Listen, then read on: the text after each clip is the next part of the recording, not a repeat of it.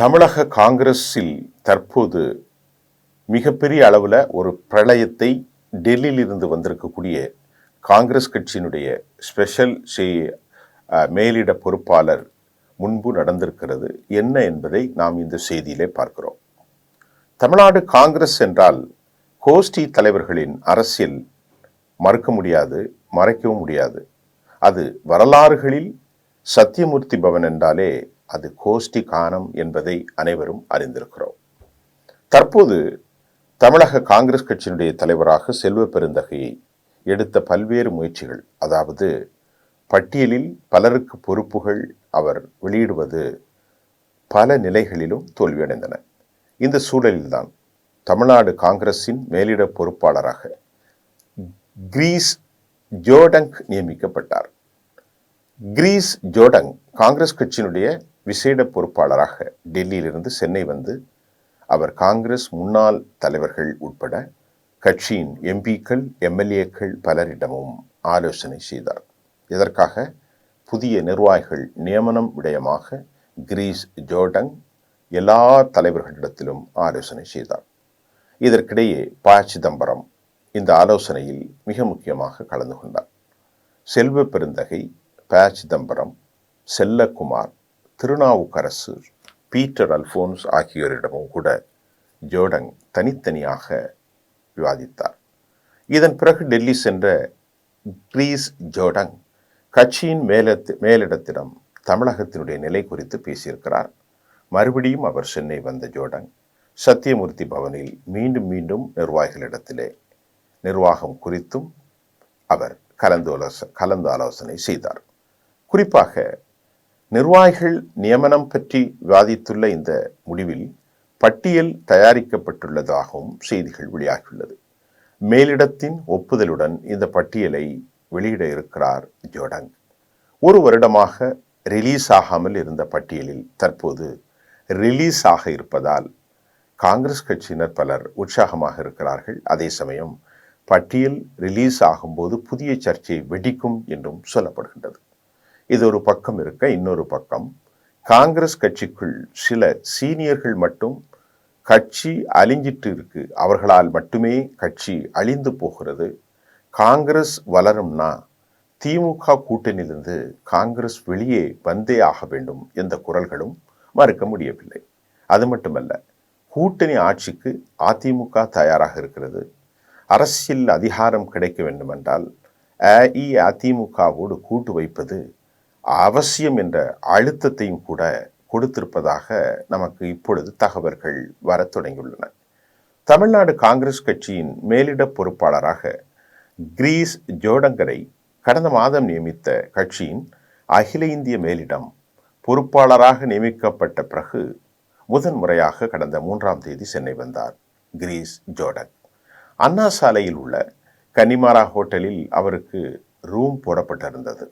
காங்கிரஸ் கட்சி கிரீஸும் மத்திய முன்னாள் அமைச்சரும் மூத்த தலைவருமான ப. சிதம்பரமும் நெருங்கிய நண்பர்கள். அதனால் கோவாவிலிருந்து சென்னைக்கு கிரீஸ் கிளம்பும் முன் சிதம்பரத்திடம் பேசியிருக்கிறார். சென்னைக்கு வாருங்கள், உங்களை சந்திக்கின்றேன் என்று சொன்னாராம் ப. சிதம்பரம். அதன்படி 3ஆம் தேதி இரவே கன்னிமரா ஹோட்டலில் கிரீஸ் சிதம்பரத்தினுடைய சந்திப்பு நடந்தது. சிதம்பரத்திடம் தமிழக அரசியல் சூழலையும் காங்கிரஸ் தலைவர்களின் அரசியல் சிந்தனைகளையும் அவர் ப. சிதம்பரத்திடம் கேட்டுள்ளார்.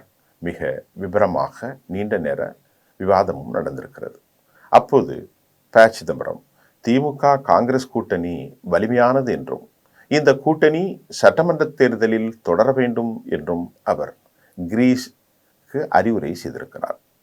திமுகவுக்கு இருக்கும், மேலும் ப. சிதம்பரம் கூறும்போது திமுகவுக்கு இருக்கும் அரசியல் கட்டமைப்பு காங்கிரசுக்கு பலம் சேர்க்கின்றது.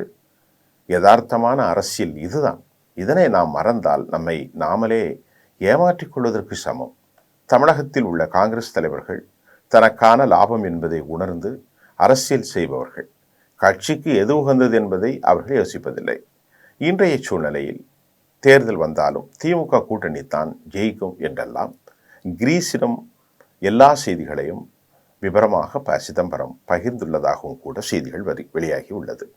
தமிழக அரசியல் பற்றி தம்மிடம் உள்ள கேள்விகளுக்கு சிதம்பரத்திடம் கேட்டு தெளிவாகி இருக்கிறார் கிரீஸ். சிதம்பரம் அங்கிருந்து சென்ற பிறகு இந்த மத்திய ஸ்பெஷல் என்வையான கிரீஸை டாக்டர் செல்லக்குமார், பீட்டர் அல்போன்ஸ் ஆகியோர் சந்தித்தார்கள். மறுநாள் சத்தியமூர்த்தி பவனுக்கு சென்ற கிரீஸ் ஜோர்டன் அவரை திருநாவுக்கரசர் மற்றும் முன்னாள் எம்பிக்கள் ஜெயக்குமார், விஸ்வநாதன் உள்பட பல மாநில நிர்வாகிகள், எம்எல்ஏக்கள் என பலரும் தனித்தனியாக சந்தித்தார்கள். இதில் கூட்டணி பற்றி அவர்கள் பேசியதாகவும் கூறப்படுகிறது. ஆக மொத்தத்தில் தற்போது ஒரு கலோபரம் காங்கிரஸில் ஏற்பட்டிருக்கிறது. ஏற்கனவே கோஷ்டி கானங்கள், அடிதடிகள் அல்லது கடும் போக்குவாத வார்த்தைகளுக்கு புகழ்பெற்ற காங்கிரஸ் இது உட்கட்சி ஜனநாயகம் என்று அவர்களாலே மலிந்து வழிந்து எக்காலமிடக்கூடிய ஒரு காலத்தில் தற்போது திமுகவுக்கு எதிர்ப்பு குரல்கள் அங்கே தோன்றியிருக்கிறது. காரணம், பாரதிய ஜனதா போன்று 2 விழுக்காடு உள்ள கட்சி இன்றைக்கு தமிழ்நாட்டில் ஆட்சியை கைப்பற்றிவிடும் அல்லது ஆட்சி அதிகாரத்தை கைப்பற்றுவதற்கு தாங்கள் உறுதுணையாக இருப்போம் போன்ற ஒரு மாயையை அவர்கள் உருவாக்கியிருக்கிறார்கள். வெற்றி பெறுவது என்பது சாத்தியமற்றது என்றாலும் அவர்களுடைய அரசியல் அதிகாரமும் பணபலமும் தற்போது மிகைத்திருக்கிறது.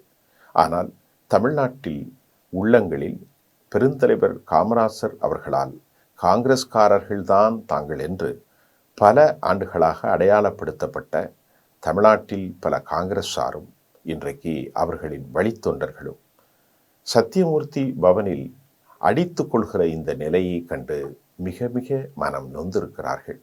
45 50 விழுக்காடு வைத்திருந்த காங்கிரஸ் அடையாளம் தெரியாமல் உருக்குலைந்து போவதற்கு இது போன்ற பதவிகளும் சுயநலமும், அதே சமயம் நீண்டகால சிந்தனையும் இல்லாமல் பதவிகளுக்கு போட்டி போட்டு கோஷ்டிகானமாக மாறுவதுதான் அக்கட்சியை இந்த இழிவான நிலைக்கு தள்ளியிருக்கிறது.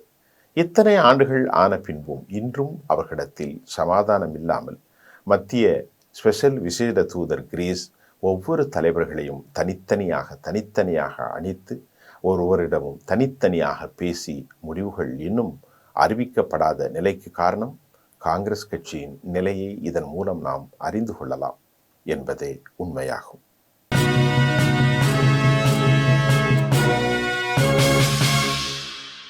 உடனுக்குடன் அப்டேட் தெரிந்து கொள்ள ஜெம் டிவி தமிழ் ஆப்பை இன்ஸ்டால் செய்யவும்.